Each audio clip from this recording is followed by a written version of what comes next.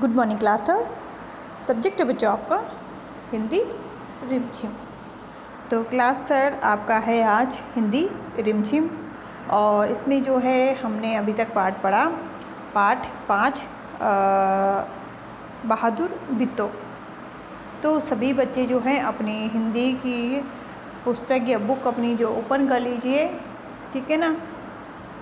रिमझिम आपकी बुक है, इसको सभी बच्चे ओपन करेंगे और इसमें आज हम क्वेश्चन आंसर करेंगे। अभ्यास प्रश्न हम कर रहे हैं इसमें, ठीक है ना। अभी तक हमने अभ्यास प्रश्न इसमें किए थे पाठ पढ़ने के बाद। तो अभ्यास प्रश्नों में देखिए, पाठ 5 है आपका बहादुर बित्तो, और पेज नंबर आप यहाँ पे देख रहे हैं, पेज नंबर 39 है, ठीक है। तो सभी बच्चे अपनी हिंदी की बुक की जो है पेज नंबर 39 ओपन कर लीजिए। तो कुछ आपको जो है बुक्स में भी करना होता है बच्चों, तो अपनी पेंसिल भी अपने पास रखिए, और जैसे जैसे मैं यहाँ से इन क्वेश्चन को सॉल्व करूँगी तो आप भी उनको लिखते जाएंगे, ओके। तो यहाँ पे देखिए, हमने यहाँ तक जो है कंप्लीट कर लिया था। खाली जगह में क्या आएगा? तो यहाँ है मेरी छत पर मोर आया है और मेरी छत पर मोरनी आई है।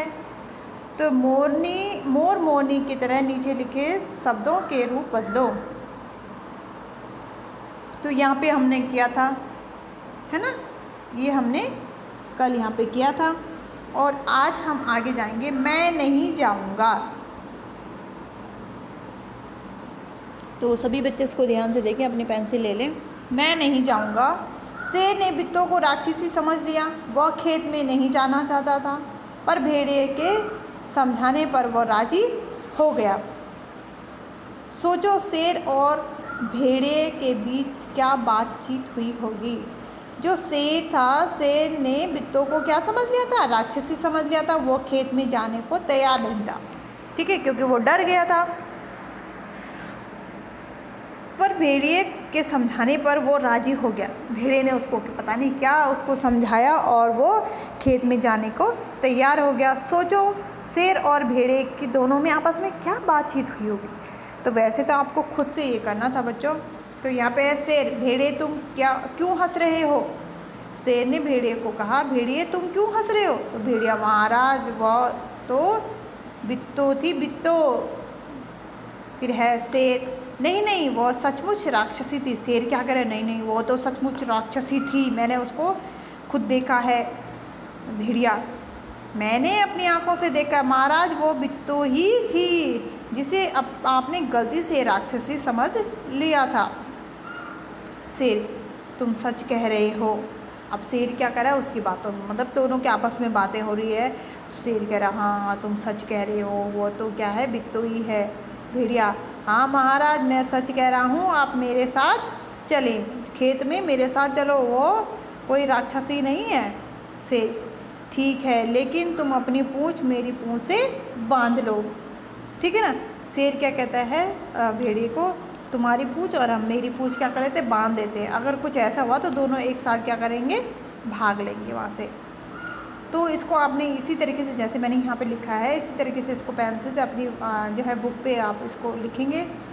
और आगे देखिए बच्चों, यहाँ पे बोलो तुम क्या सोचती हो,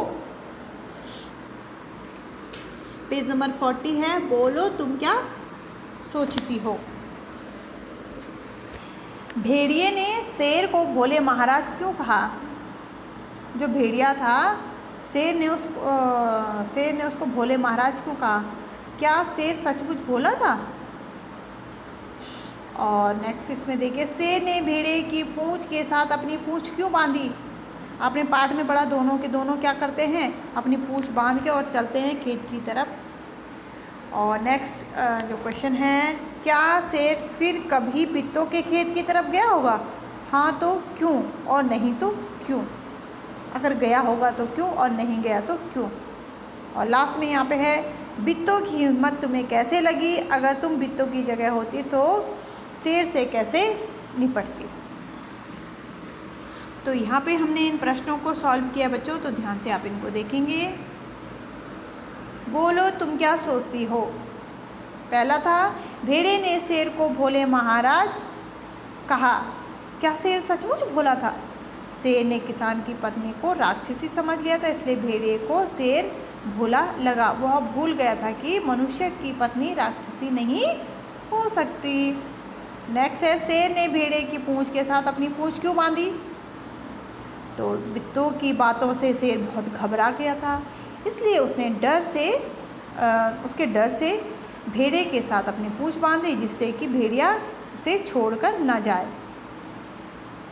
और नेक्स्ट है, क्या शेर फिर कभी बित्तों के खेत की तरफ गया होगा? तो शेर बित्तों के खेत की तरफ कभी नहीं गया होगा, क्योंकि वह बहुत डर गया था। ठीक है, तो ये प्रश्न है बच्चों, इनको आपने करना है। और जो मैंने लास्ट में यहाँ पे आपको एक क्वेश्चन बोला था, इसको आपने खुद से करना है। बित्तों की हिम्मत तुम्हें कैसे लगी? मुझे तो बहुत अच्छी लगी उसकी हिम्मत, है ना। तो आप लोगों को कैसे उसकी हिम्मत लगी? अगर आप उसकी जगह होते, बित्तों की जगह, अगर आपके खेत में क्या हुआ, शेर आया होता और वो आपका बैल मांगता, तो आप क्या करते वहाँ पे? अगर तुम बित्तों की जगह होते तो तुम शेर से कैसे निपटती, कैसे करके उसको भगाती? तो ये आपको खुद से ये क्वेश्चन आपको करना है।